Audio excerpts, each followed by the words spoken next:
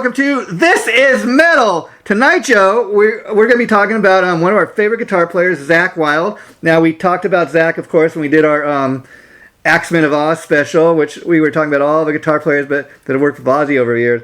And, of course, Zak Wylde is one of those. But tonight, specifically, we're going to be talking about Black Label Society, and we couldn't be doing this at a better time because, as you and I were just discussing, it was just announced last week that Black Label Society has a new full-length album coming out in November, and they've just put out a new single and video, the first off of that album, to give people kind of a taste. And I tell you, I'm just loving what I'm hearing, you know? Yeah. It's I don't want to say it's typical because maybe that's the wrong word. Yeah. But it was what I expected or anticipated from his band and him, and it's good. I mean, the video's hilarious. I mean, see, Zack is one of those. Spoil it. Yeah, everybody should check it out for themselves for sure, and give it a listen. As usual, killer guitar playing, excellent guitar tone. I mean, all of that stuff that you would expect would come with Zak Wylde, you know. And also, like you were kind of talking about the video, Zak's always been one of those guys, kind of also in addition to his great talent as a musician, and we're going to get into that too, because he's much more than just a guitar player, although that's kind of, you know, the bread and butter of what he's known for. But, you know, we got to go back before we get to Black Label, all the way when he first joined Ozzy in, 1987. You know, Jake E. Lee had just been fired from Ozzy's band, and everybody was like, who the hell are they going to get to replace Jake? And they get not somebody that's, you know, well known. They get a 19-year-old kid from New Jersey, looks like, you know, a second coming of John Bon Jovi kind of, skinny kid back in the day, clean shaven, looks nothing like he almost was kind of a pretty boy, but type of guy. But that was the look back then, and you know, and it worked for him. But you know, what did you think when you first, you know, when it was first announced that, okay, this 19-year-old kid from New Jersey, he's now a guitar player in Ozzy's band, you know, when you got to look at him, you know, just kind of visually, what did you think?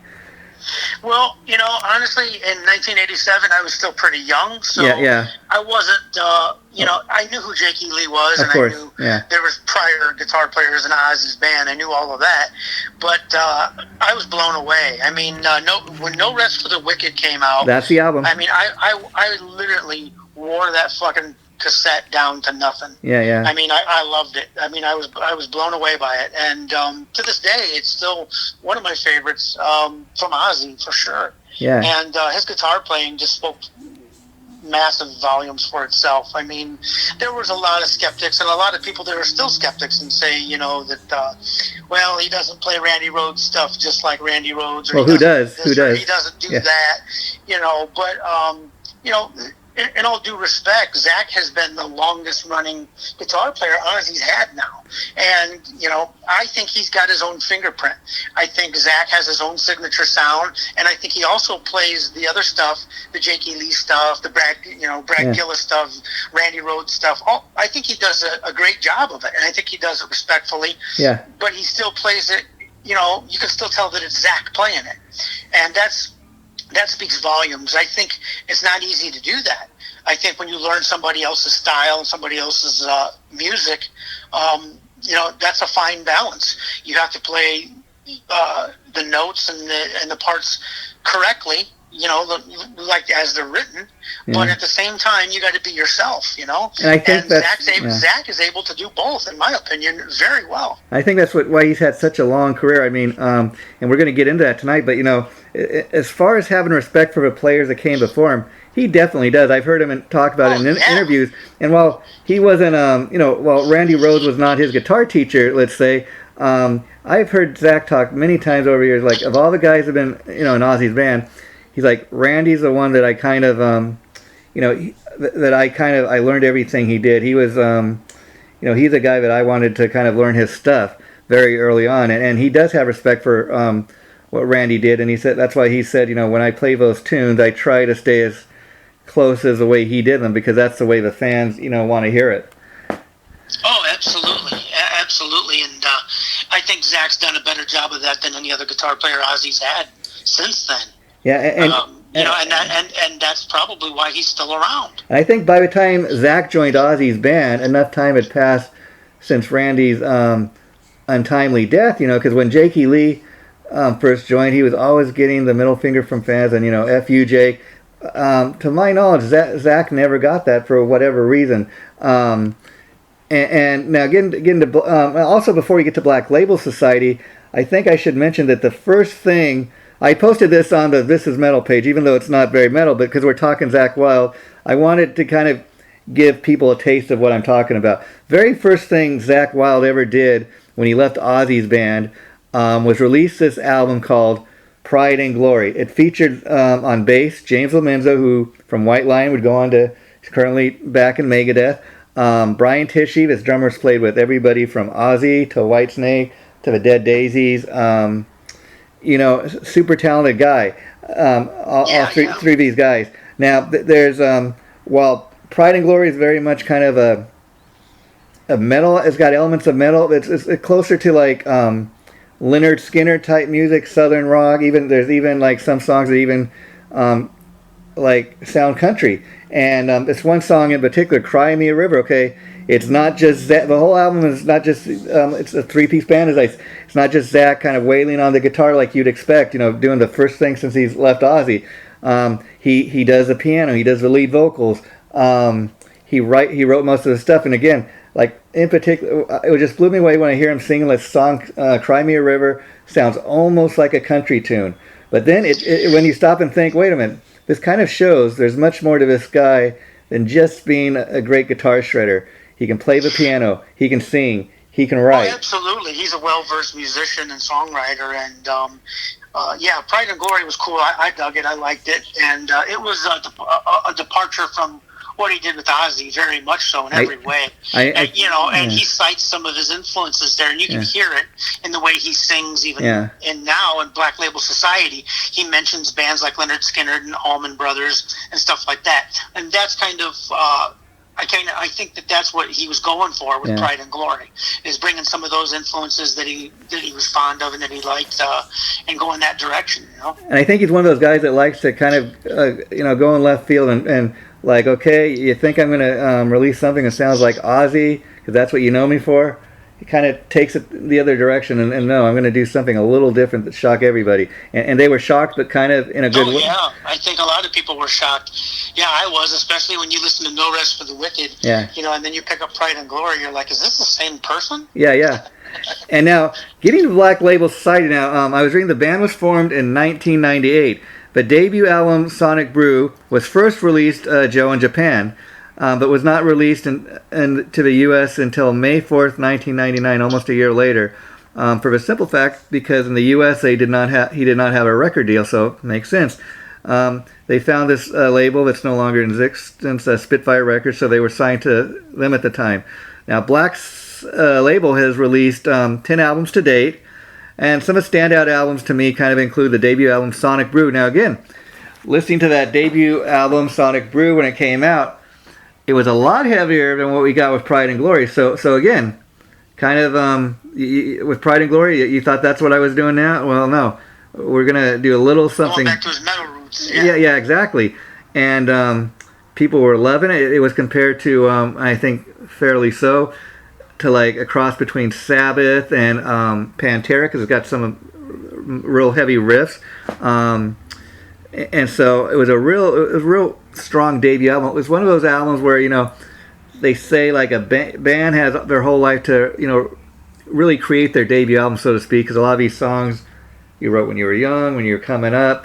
And it just is one of those albums when you mention Black Label Society, you got to point to and say, and then there's some other albums, so 1919, Eternal, Mafia, and Grimaced Hits. Now, Grimaced Hits we're going to talk about in a little bit. It's the latest studio album that came out about 2 or 3 years ago.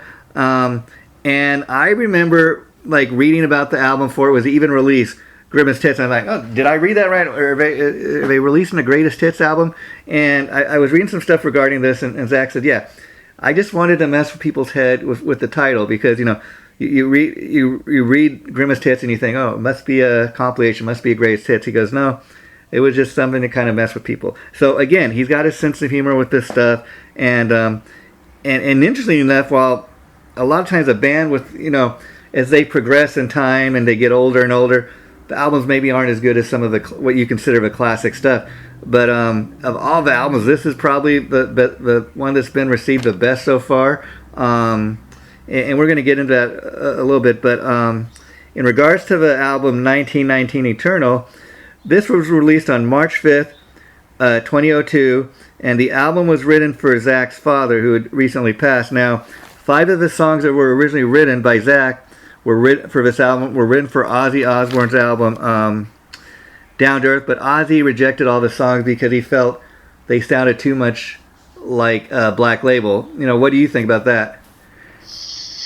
Well, Ozzy's in a position to do that. Yeah. So, I mean, that's his prerogative, first off. And secondly, if Zak had brought stuff to the table that Ozzy felt would have represented the direction he wanted to go with that album, I'm sure he would have been okay with it. Yeah, so, maybe behind closed doors, that's some of the issues that eventually caused their split or their break for a while. I don't know. Yeah, neither do I.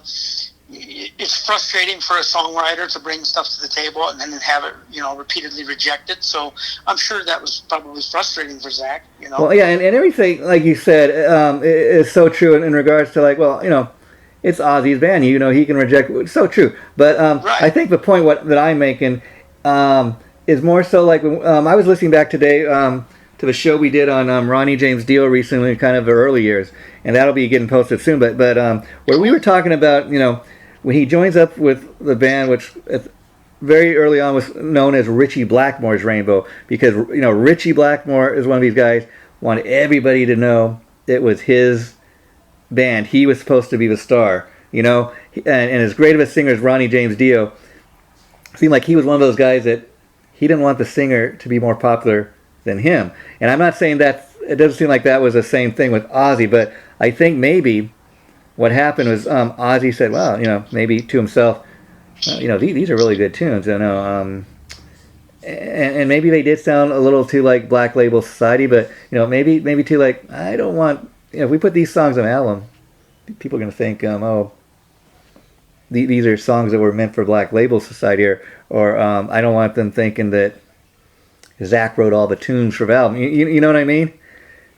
Yeah, I see where you're coming from there, and but the fact that Zak went on to put out 10 records with Black Label Society, I mean, obviously Zak's passion and future it's way beyond Ozzy. Was to do his own thing and pave his own path too. I mean, to this day, he always talks highly of Ozzy, and they're still the best of friends. And Ozzy put him on the map, and the world knows who Zak Wylde is because of Ozzy. And so, I mean, there will always be that, but at the same point in time, enough time has passed, and Zak's paid his dues enough, and put out enough albums with his band Black Label Society that they're every bit as respectable, notable, famous, whatever you want to say. Like you said, with 10 albums and greatest hits albums and live albums and DVDs and all of that stuff that's been circulated and put out there in world tours. Everybody knows who Black Label Society is now, unless you've been under a rock. I mean, he still gets referred to, obviously, as the former ex Ozzy guitarist, but like you're saying, he has built such a catalog of not just Black Label Society albums, but these solo albums he's put out, and these other projects that when you look on, for example, the Ozzy Osbourne family tree in regards to all the musicians that have been in and out of his band. Okay, I dare say that obviously first before Ozzy came Black Sabbath, and then Ozzy leaves Black Sabbath and goes solo. Then Zak comes in to work with Ozzy, and then he goes and starts his own kind of solo career. And I dare say that Black Label Society, I think, is on right up there with Black Sabbath and Ozzy when you look on that family tree, because like the point you just made, Joe, he has kind of created his own place in music history way beyond just being Ozzy Osbourne's guitar player. Oh yeah, he's paved his own path relentlessly, and done a great job of it at that. I mean, you either are a fan or you're not a fan. I mean, and that's fine too. But in total all honesty here, I'm a huge fan of his guitar playing. Yeah. Not so much of his vocals. I got to be honest. Wow. As a vocalist, I'm in tune with that, and that's the first thing I hear that I zero in on. It's just I just gravitate towards it, that and guitar. And he's not a bad vocalist. It's just not my cup of tea, really. To be totally honest, I'm a huge fan of his guitar playing and his songwriting, and I think Black Label Society is a great band. It's just not one of my over-the-top favorites because of his choice to sing and the way that he sings. But that's neither here nor there. That's just my little 2 cents. But something else I want to mention that's a pretty neat story about his guitars. He had a guitar called the Grail, and that's his Bullseye 1981 Gibson Les Paul. In 2000, it fell off the back of a truck as he was traveling between gigs in Texas. Wow. So he fucking lost this thing. And he put out rewards for anyone that had any information about it. And 3 years later, a fan bought it at a Dallas pawn shop and saw the initials ZW carved into the humbucker pickups on the back. He contacted the Black Label or Zack's webmaster, Randy Canis, to arrange to return it to Zack. And Zack was so grateful that he gave the fan his signature model in exchange for it. So I thought that was a pretty cool story. That is a pretty cool story. He's cool to his fans and he's cool to his supporters, and he loved that guitar and tried like hell to find it, and it took him 3 years to find it again. Yeah. And also, I don't know if you knew this, but did you know in 1995 Zak Wylde auditioned for Guns N' Roses? I did know that. Now that would be around the time, actually, that Gilby Clarke was thrown out of Guns N' Roses for whatever reason, and they started going through all these lineup changes, and Zack was friends with Slash, and so he said, "Why don't you, see if you can get Axl to, let me in the band?" And he went down, from what I heard, and rehearsed with the band for quite a while. And this is right after the Illusion tour, and they were cutting stuff, all these different tracks that nothing ever became of it. It's probably locked away in Axl Rose's vault. I mean, I could imagine the box set they could release of all this unreleased stuff one day, but I've heard them talk about that.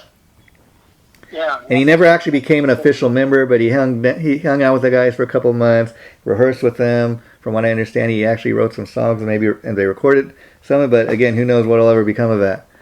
Yeah, that would be really interesting to hear some of that. See what you can do about obtaining that. Yeah. But I'm sure Axl Rose has that stuff so locked away. I mean, I seen this guy with this doing an interview recently, and he was from the band Circus of Power, the guitar player, Gary Sunshine, I believe his name is, and he was talking about after Circus of Power, Axl Rose wanted to learn how to play the guitar. Now, I don't think he plays quite like Slash, but anyways, all of a sudden, Axl Rose got this little itch. I want to learn how to play the guitar, so he contacted this guy Gary, because he was a guitar teacher too, and he paid him a ton of money to just hang with him for like months and months and months just to learn how to play the guitar, and he got a pretty good sized paycheck from what I understand. Oh wow, I bet. Yeah, and getting back to what you're saying about Zack's vocal, you're right. It's kind of an opinion thing, but I'm kind of the opposite opinion in that one of the things I like about Black Label, I kind of dig his vocals. Now maybe it's because his vocals are they're different. It's not your typical metal style vocalist, and Black Label is not. While many people will cite it as a metal band, I mean it's a little bit of everything. Because if you listen to some of their albums, like they have this one album with nothing but acoustic songs. They still got a little bit of a heaviness to them, some of them, but it's kind of the other side of what Zack does. And so, again, when you try to pin down Zak Wylde or Black Label Society, it's a little bit of everything. Have you had a chance to hear like any of those acoustic albums that they put out? Yeah. I've heard a little bit of everything that he's done, and he's a phenomenal songwriter and musician. I mean, no doubt about it. And he's a good singer too. I'm not saying I'm not saying he's a bad singer. It's just not your cup of tea. It's not my cup of tea. Coming from being a fan of Dio and Halford and King Diamond and Bruce Dickinson and vocalists like that. Zack doesn't sound anything like those guys. Yeah. And there's nothing wrong with that. The way that Zack writes and the blues kind of Black Sabbath-y kind of feel that the music has. His voice fits that very well. So I mean, it's a good match, absolutely. Yeah, I mean, it's like I said, they're often compared to Black Sabbath for obvious reasons, but I think Zak's, it's not like totally a Black Sabbath clone, if you know what I mean. They've got their own sound. Right. And, yeah, absolutely. And the thing I think is interesting about his vocals is I kind of wonder if before Ozzy, like when he played in other bands, if if he sung at all or even as a background vocalist, or if I wonder if he's kind of, as he's done these albums, kind of become more of a singer over time. Even just on his records, because it's kind of interesting when, like you say, you sit down and you listen to each of these albums or these tracks on these albums, and each one sounds very. I think Zak Wylde is one of those guys that maybe, like you said, not the greatest singer, but because he's performing songs he wrote, his own material, maybe he thinks, I can sing these tunes better than somebody that didn't write these songs. Yeah. I mean, he wrote them, so he knows, what he had in mind when he wrote them. So that makes sense, and he's more than capable and talented enough to do it. So why not? And the fans are the fans are pretty accepting in the sense. That's why I say got to have some level of talent besides just being Zak Wylde, Ozzy's former guitar player. Because when you imagine going from playing the part of a sideman in Ozzy's band as a lead guitar player, or only a guitar player I should say, to being front and center with Black Label, you're a singer, you're a guitar player, you're a piano player, and then on some of these albums, which we're going to be talking about, he was like, except for the drums on the first five, I was reading on, except for the drums on the first 5 albums, he did all the vocals and every single instrument except for the drums on those first 5 albums. And again, I mean, that could be a thing of, that's great that he gets all the credit. Not only that, but then you don't have to pay a band to come in and cut all this stuff. You can just take guys out on the road with you. Right. And being Zak Wylde, that you can pay professional players to do what you wrote, and that's not a problem. But you got to have the name to do that, and Zak certainly does. One thing else that I thought was pretty cool on a completely different subject matter of Zak, for me especially too, being a Christian, he's a Roman Catholic, and he describes himself as a soldier of Christ. I don't know if you knew that or not about him. No, I didn't know that. Yeah. See, again, that's something he doesn't bring up. He's definitely a man of faith. Yeah.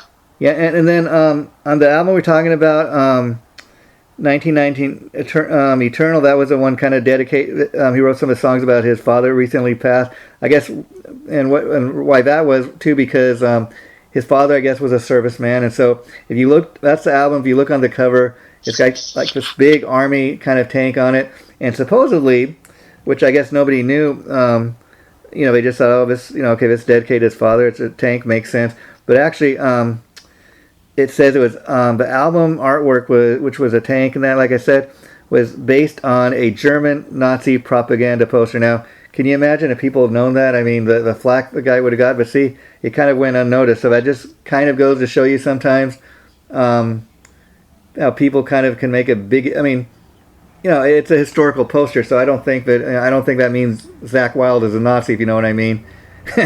No. Yeah. Not at all. I'm sure there's some nut jobs that'll make that connection or try to, but whatever.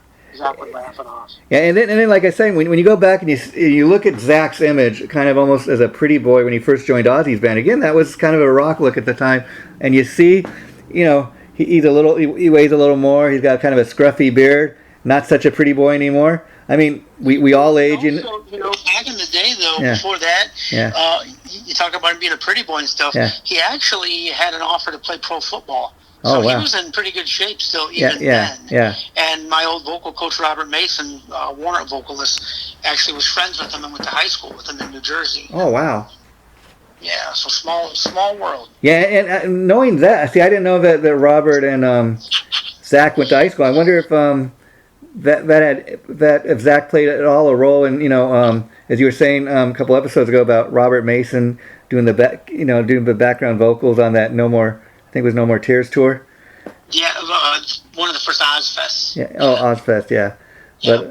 But who knows? Maybe. And I just remember as we're sitting here talking, it was a number of years ago where Zak Wylde came very close to dying, because I don't know if you remember, Joe, there was a point where he was like a real severe alcoholic, so much Yeah, that in 2009 he was hospitalized for blood clots. Blood clots. Yeah.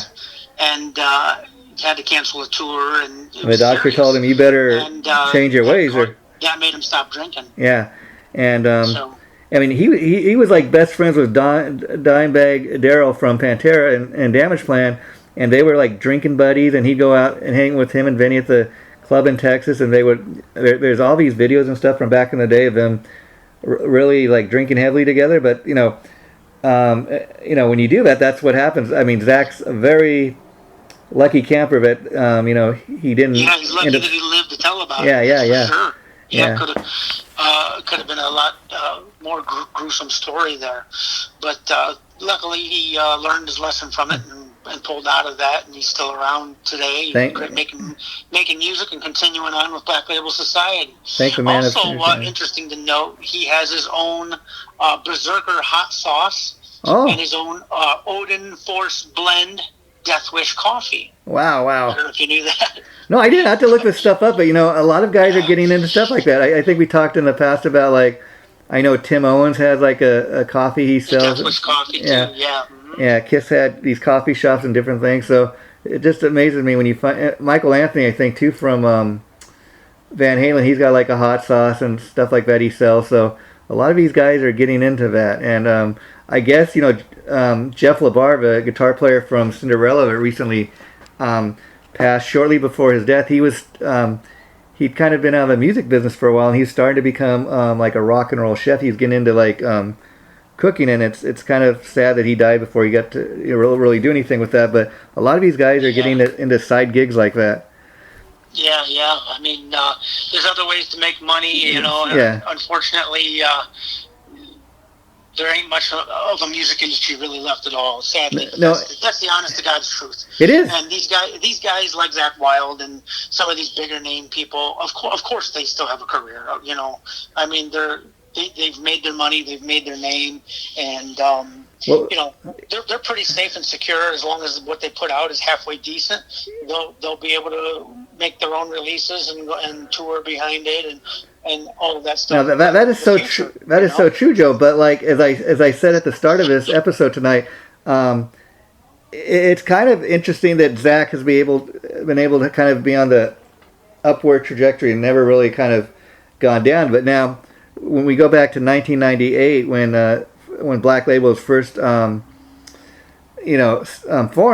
the guy had been out of Aussie, but he could not get a record deal here in the United States, and it affected so much that the first Black Label album did not get released in the United States for a year later. It was released in Japan, and you could only get it as an import. So, but like you said, since the release of Sonic Brew back then, every Black Label kind of album has kind of increased in sales, and he's been with the same record label, I think, for like the last 10 years. So as long as he continues rolling this stuff out and it sells, you're right, he will continue to have a career. Yeah, and a successful one at that. I mean, he's definitely made himself a prominent name, prominent figure in the music industry, the music world, and I think he'll continue to do so, no problem.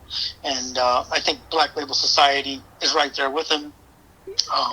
I think that they'll be able to continue making records as long as he feels like doing it, And I'll just say this too. I think if this was, let's say, the new album's coming out, let's say this was to be their final album, I think that they've created such a catalog of music that they're one of those bands that could continue just to kind of live off of the, say, 10 albums they have out and plus the new one. But I'm glad. I love it when guys of Zak Wylde's caliber continue, because while he could live on his legacy very well and go out and make a ton of dough, he's one of these guys very creative, and I love the fact that they continue to put out new music for their fans, and rather than just say we're going to live off our catalog of music. Well, that's the difference between some of these people. Some of these people in the music industry do this for money. Yeah. And they make no qualms about it. They'll be the first ones to admit it, some of them. But, some of them are true musicians. And that's the mark of a true musician. He doesn't rest on his laurels. Yeah. He continues to write music. And just about any time you see him, he's got a guitar in his hands or close by. Yeah. Because he's a true musician. It's whether he was rich or poor doing it, I think Zach would play guitar because he loves to play guitar. And sometimes he whether gets he's famous or not. And sometimes he does these other little projects on the side that are just as cool. Like one, I haven't had a chance to get the album, but people keep talking about this thing he was put out, which is Zak Sabbath or something. It's where he does like it's an album of Black Sabbath cover tunes, but right. Zach doing it. Yeah, I've heard about that. Yeah, and so while that's something you kind of would expect him to maybe have already done, he's doing it now. Right. Yeah. There's no shortage of material that he's done too. Like I said, like you mentioned with Black Label Society having 10 albums out, and all the records that he's done with Ozzy, the Pride and Glory stuff, even just some of the special guest stuff that he's done. If you look, he's worked with all kinds of different artists doing guest guitar solos and guest appearances on all kinds of different albums. And that, while we're on the subject of Zak Wylde, guitar player, you'd imagine a guy that has the talent he does as a guitar player, and he's got the ability to have his own band, Black Label. You think he would be the only guitar player in the band? No, they have this guy now that he's like the second guitar player. I don't know if you've heard of him. His name is Dario Larino, and I know he was in Lizzie Borden, I think. Yeah, and he worked with Janie Lane. He's one of these kind of shredder type guys. How ironic! We're getting ready to release our Lizzie Borden issue. Episode. Yeah. But like again, I was reading how he plays on the new album too, and Zach's at the point where he's like, I don't mind having a second guitar player in the band. I don't have to do everything, and I think when you're a guy like Zach, it fills everything out. Yeah. It just makes your sound so much bigger. Yeah. And especially if it's two good guitar players. Yeah. There's some really cool shit you can do. I've always been a big fan of the two guitar player thing, and everything I do too. I insist on that live. I wouldn't go out with the band unless it was something new that I did with just one guitarist. I wouldn't do it. Yeah, I gotta have two. I want two guitar players. Yeah, I don't know about you, Joe, but I like pretty much all these Black Label albums. But again, there's some standout ones to me. Like one of them is the one we're getting ready to talk about, Mafia. That's probably my overall favorite Black Label album overall, and probably the last one, Grimaced Hits. But I have a really special place for Mafia because that's probably the album where it has kind of like a lot of great songs on there, and of course I gotta say the obvious standout track is "In This River," which it was a third single from Black Label Society's 2005-6 studio album Mafia. And now here's some interesting facts. It reached number 32 on Billboard's Hot Mainstream Rock Track chart. The song is performed entirely by Zak Wylde, who sings the song, plays the guitar and piano on the track. Now I sent you the video. Did you get a chance to see that, Joe? Oh yeah. Yep. And so, what are your thoughts on the video alone? I mean, visually, you could tell. Yeah. I mean, it's obvious. It's a heartfelt. The love is there between. Oh, big time, big time. Very emotional. Yeah. But also, don't sell some of these other albums short too. The Blessed Hell Ride was one that I really liked a lot. I thought it was great. The Stillborn and Blessed Hell Ride. They had some great songs on there as well. Oh yeah. Blessed Hell Ride was the one with the nuns on the cover. Is that right? No, I'm looking at an Engine. Oh, okay, yeah. Okay, yeah, I know. Okay, yeah. That's another one of my favorite ones. Yeah, that was good. There's some good songs on that. And in a cover band, I sang that Stillborn and Funeral Bell Balls. Yeah. So that was one I definitely remember. And then again, getting back to. I'm just going back to Mafia because I wrote some interesting facts about this. The Mafia album peaked at number 15 on the Billboard album chart. See, that's another reason kind of I think of this album because a lot of people probably wouldn't expect a Black Label Society album to maybe chart that high, but it did. Yeah, it had some great songs on it. Yeah, I liked a lot of the songs. Suicide Messiah, Fire It Up. There was some great stuff on that. In This River, of course, Yeah. There was some definitely really solid stuff on that. See, and that's part of the reason.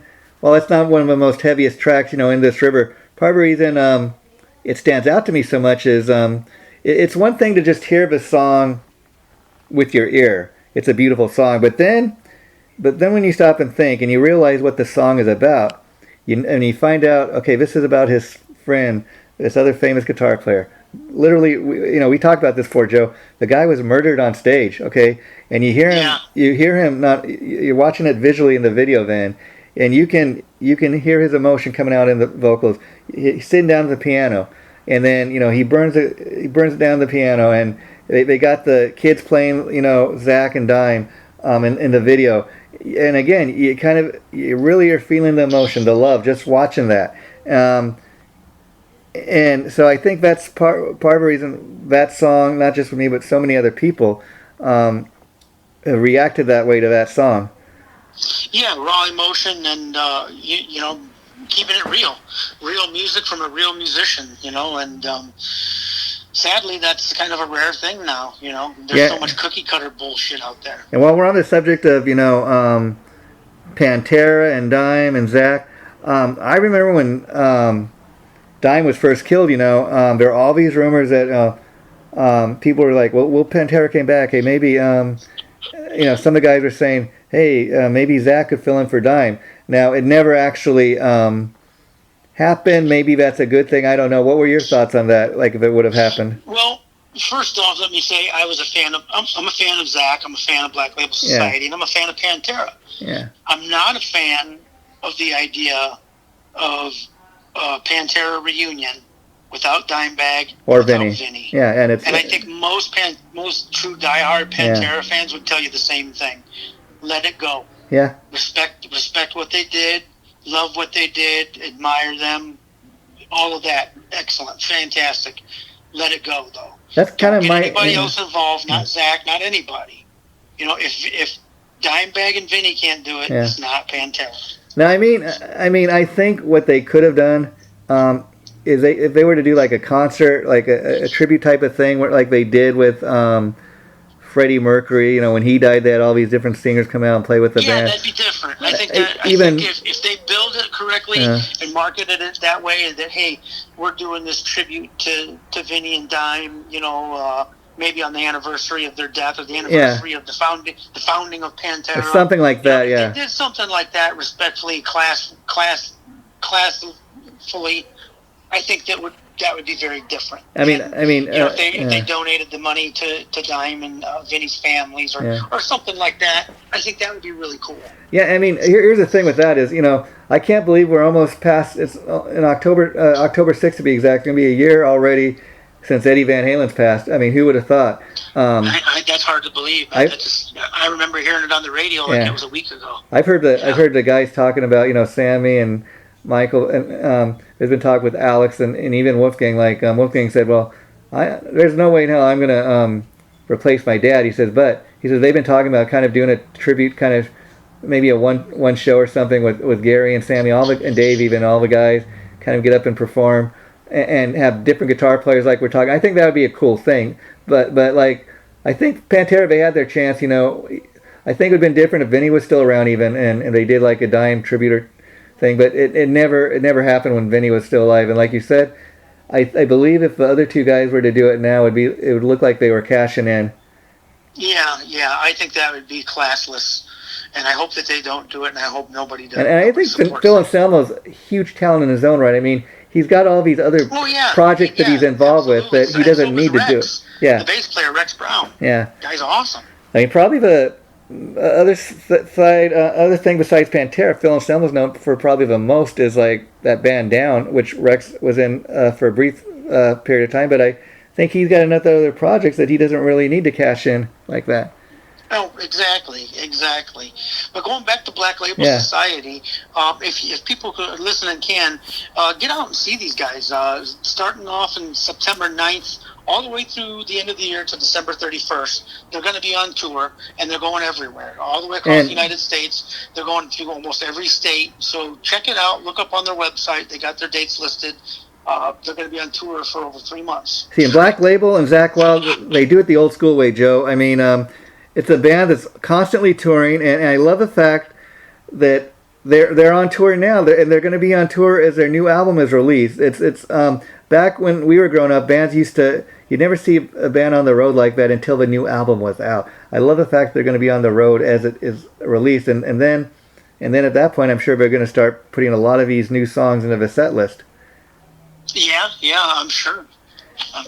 And That's awesome. The other thing with Black Label and Zak Wylde, if you really kind of check out who the fan base is for this band, it's metal fans, but it's also a huge percent of their fan base are bikers, and they got like different Black Label chapters in different cities, and I don't know exactly what that. It's almost kind of like the Kiss Army, but this is like a metal army, and they got hardcore fans, and I just kind of think that's interesting that a lot of the bikers listen to this type of music.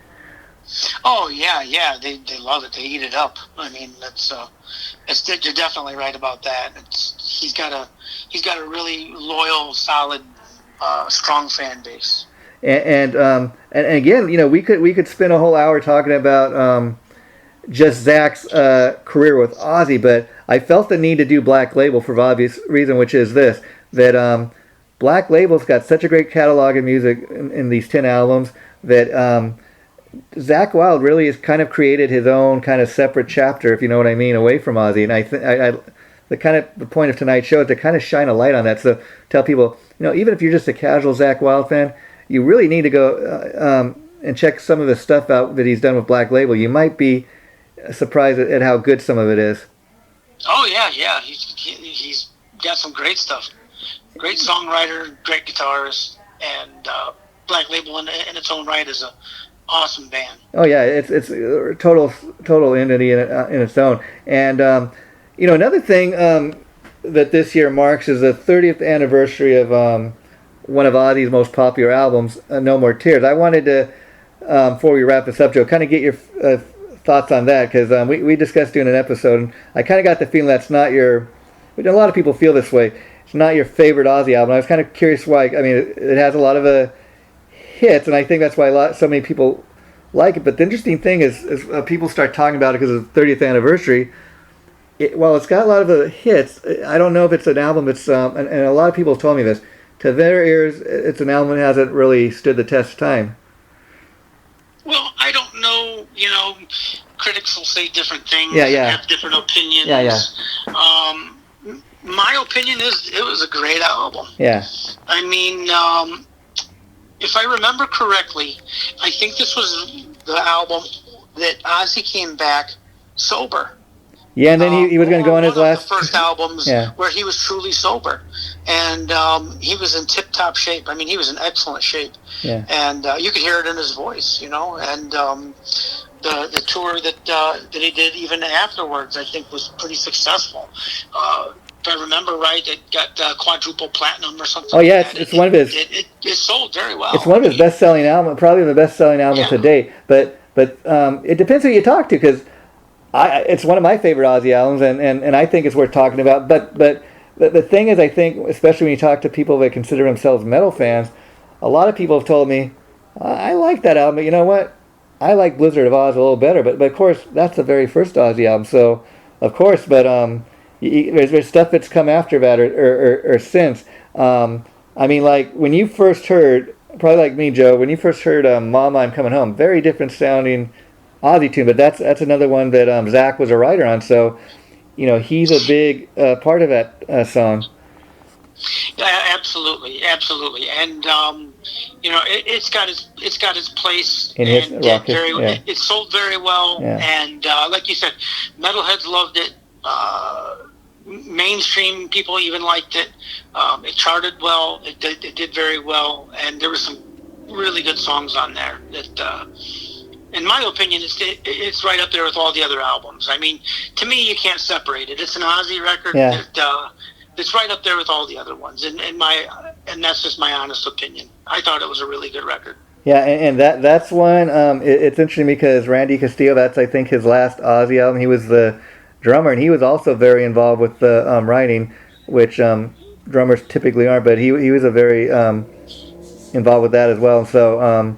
Again, that's one of those albums very much like the Metallica album in the sense that, while you and me, Joe, have been Ozzy fans since he was in Sabbath or even just Blizzard of Oz, a lot of people, when that album came out, because it was all over the charts and MTV was playing everything off of it, all of a sudden a lot of people that weren't Ozzy fans are all of a sudden became Ozzy fans. Yeah, right. yeah. Right. That was an album that a bunch of people, probably a whole generation, jumped on the Ozzy bandwagon. Yeah. And that's okay too. Yeah. I mean, it is what it is. It's better late than never. Yeah. And I don't blame them, or I'm not mad at them. You Yeah. know. And I'm glad they got introduced to Ozzy, and they liked that one album or whatever they thought of it. But Michael Inez, Alice in Chains bass player, a lot of people thought that he played on that album. He actually did not play on the album. Bob Daisy. He was in the band for that, but don't quote me on this because I may be wrong about this, but I believe Mike Inez was struggling with addiction and going through rehab at the time that they were actually Well, may have been, but also Mike Inez came into the band, I think, just as the album was finishing, but also he came in a band like Geezer Butler had been in Ozzy's band for a few years, and just as they were going in to do that album, Geezer left to go back to Black Sabbath, and then they got Mike Inez, and that's why Mike Inez, like you said, he doesn't play on the album, but he toured with Ozzy for that album, and then I think at some point on that tour they had Alice in Chains open some of the shows, and that's how Mike Inez eventually hooked up with Alice in Chains. Wow, pretty cool. In fact, talking about Mike Inez, he became very involved with. He's played on quite a few Alice in Chains albums now. He's still a member of the band, but he became very involved with the songwriting in Alice in Chains. And so a lot of those hit songs they had, he was a part of. Yeah. I mean, guy's a phenomenal musician and great bass player. I would have liked to have heard what differences would there have been had he played on that record. I mean, maybe it would have been minor or nothing, but I think the guy's a really super talented bass player. Yeah, and Joe, I've really had fun talking Black Label and Zak Wylde today, and I'm going to end it on this, unless there's anything else you want to say, because I want to end on a high note, which I think the whole episode's been pretty high note, but like I said, a lot of times when bands put out their latest album, it's not as good as some of the albums. It's not as well as received as some of the albums that have come before. But here's some interesting facts I found about the latest album, which of course is Grimaced Hits. Now, Grimaced Hits is the 10th and latest album by Black Label Society. And here's an interesting fact: the fact that it's their latest album. It reached #1 on the Billboard Hard Rock Music Chart. The album was also #1 selling album at Best Buy. This was at the time when Best Buy was still around. You could still get CDs there. Best Buy's still around, but you can't get CDs. They don't have a music section or anything anymore. So for the week it came out, and that's kind of to give you a reference point when this album came out, Best Buy was still selling music. It was #1 for that first week it came out at all the Best Buys for the first week that's released. Now, Wilde said the album's sound was basically inspired by his love for both Black Sabbath and Led Zeppelin, and Wilde said the album's title, Grimaced Hits, was kind of to confuse people and mess with their heads, which I think he accomplished. Yeah, I think so too. But one thing I'd like to end this on and end things on is their new album, Black Label Society, Doom Crew Incorporated. Yeah. Will be available everywhere Black Friday 2021. Limited edition vinyl and merch is available for pre-order. You can check that out at blsdoomcrewinc.com. Yeah, and if you look at the stuff like the merch and the T-shirt designs and stuff, while Zak Wylde could be one of these guys, he doesn't seem to have a huge ego. Like he could design T-shirts that have just his image, all over, but he doesn't. Like basically, it's the Doom Crew, it's Black Label, it's the band's logo. You never really see a picture of the band or Zack, like really on a lot of even the album covers. It's got like cool like art designs, different paintings and stuff that they featured, and that's a cool thing to do because it gets it takes me back to the days when I did buy records in the record store, and you look at the artwork on an album cover, and you just had to have it just not even hearing a lick of the music just because you were so influenced or so into the artwork. Yeah, absolutely. I mean, that's a big part of it, and I'm still a huge fan of that myself, for sure. And you know, like you look at the picture, like Doom Crew, that album cover of a record that's coming out, and you know, Doom Crew or whatever it says, it's so cool. It gets your attention, and without even really reading the whole article or whatever, you know, okay, that's something to do with Black Label Society. Yeah.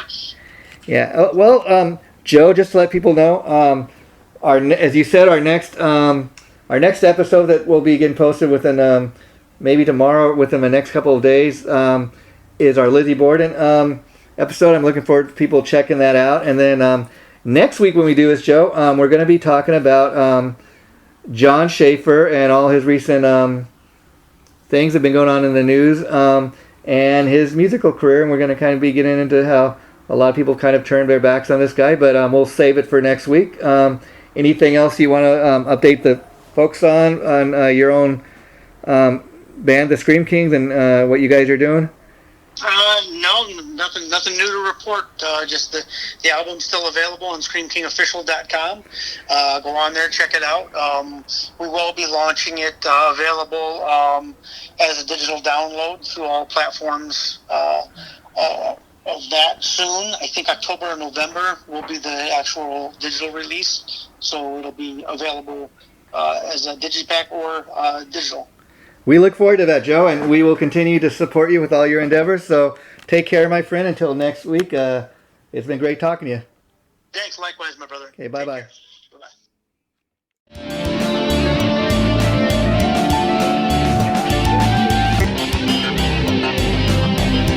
Chaotic Riffs Magazine.